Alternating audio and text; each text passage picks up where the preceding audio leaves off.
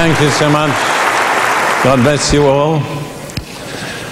Last night, if I remember rightly, and my memory is getting a bit overfilled, we dealt with spiritual warfare in the heavenlies.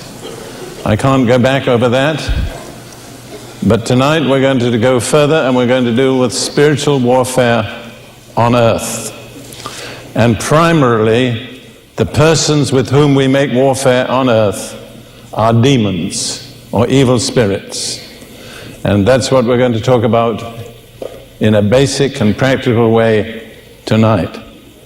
But I think it would be appropriate for me to begin with a brief, up-to-date personal testimony. In September of last year, I was living with one of my married daughters, my only Arab daughter, in the UK. And I went for a medical checkup and was referred to what they call in England a consultant, the top medical rank, and I was diagnosed with cancer of the bladder. This was a very thorough diagnosis with a cystoscopy, an internal inspection, and furthermore they told me it was a dangerous form of cancer because it was liable to spread to other parts of the body. Well, I was not afraid. I felt somehow that God was in control, and I was living with one of my married daughters, as I said, and she had a friend, the family had a friend who was a curate. Now, I don't think most Americans know what a curate is. A curate is about the lowest rung of the officialdom of the, what do you call it? Anglican Church, what do you call it here? The Episcopal Church, thank you. So I was with in my daughter's house, and we had a phone call from a young man, a curate in the Anglican Church, young enough to be my grandson. And he said, I would like to come and pray for you. May I come? So of course I said, yes, you're welcome. He was a little timid. He sat at the opposite end of the living room.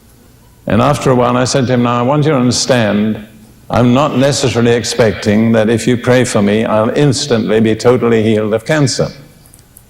But come and pray anyhow. So he came, I was sitting in a chair, he stood beside me, put his hand on my shoulder, and began to pray. And it was like, I can only say like cats fighting inside my chest. I have never experienced such intense conflict within me.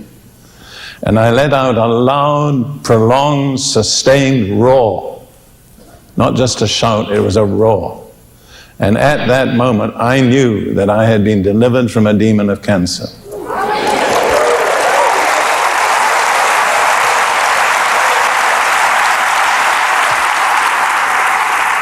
Now, about 6 months later, as far as I know, there is no evidence of cancer anywhere in my body.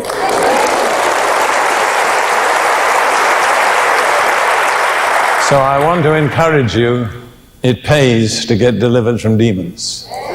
Don't be embarrassed. Don't be fearful. Just accept what God has for you.